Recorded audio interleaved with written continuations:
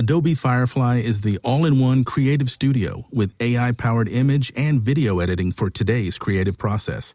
Built for creators of every kind, Firefly helps you generate, edit, and experiment fast. Because the asks aren't getting smaller, the budgets aren't getting bigger, and the timelines, oh yeah, still tight. With all the best creative AI models in one place, Firefly brings your ideas to life. Unlock a better way to make with Adobe Firefly. What strategies can help boost or potentiate fasting results?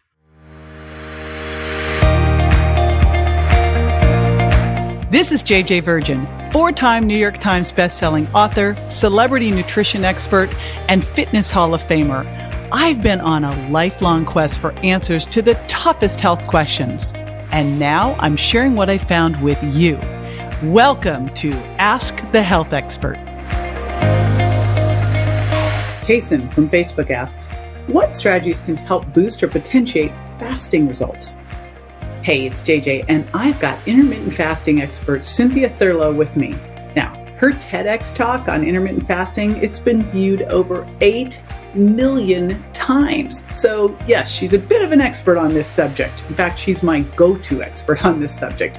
She loves to travel, and she's a voracious reader. She reads 4 to 5 books at once. Plus, like me, she's a total boy mom.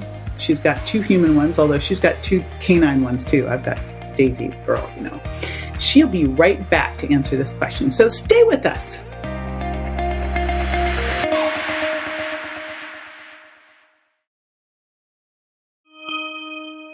I love this question. So if you've been doing intermittent fasting for a while, I think at the bare bones basics, you want to make sure that you've got the sleep, the stress management, the nutrition piece dialed in. And then on top of that, I always encourage women to switch up their fasting regimen. So if you've been doing a 16-8, 16 hours fasted with an 8-hour feeding window for years and years and years, guess what? Your body gets acclimated. That's why it's important for us to not eat the same foods every day, to not exercise the same way every day. That's why it's critically important to change our fasting patterns day to day, week to week, month to month. And so the first thing that you can do is integrate doing a 24-hour fast. If you've already, gotten through fat adaptation, your body is fueled on fats as a fuel source, as opposed to carbohydrates. You feel good. I would incorporate it 1 24-hour fast a week. And it's not nearly as hard as people anticipate it will be. Or if you've been doing 16-hour fast, go to 20-hour fast. Or if you've been doing an 18-hour fast, go to a 22-hour fast. That's number one. So you want to vary the fasting windows and feeding windows.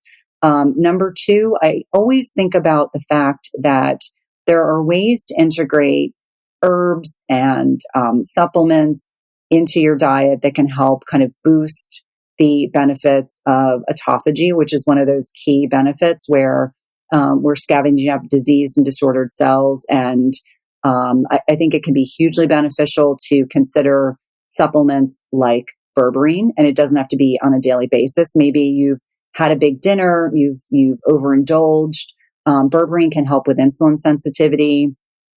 We know that it can, when taken during a fasting episode, it can help boost some key nutrients in our body that require some support while fasting. There's sirtuins and AMPK and things like that.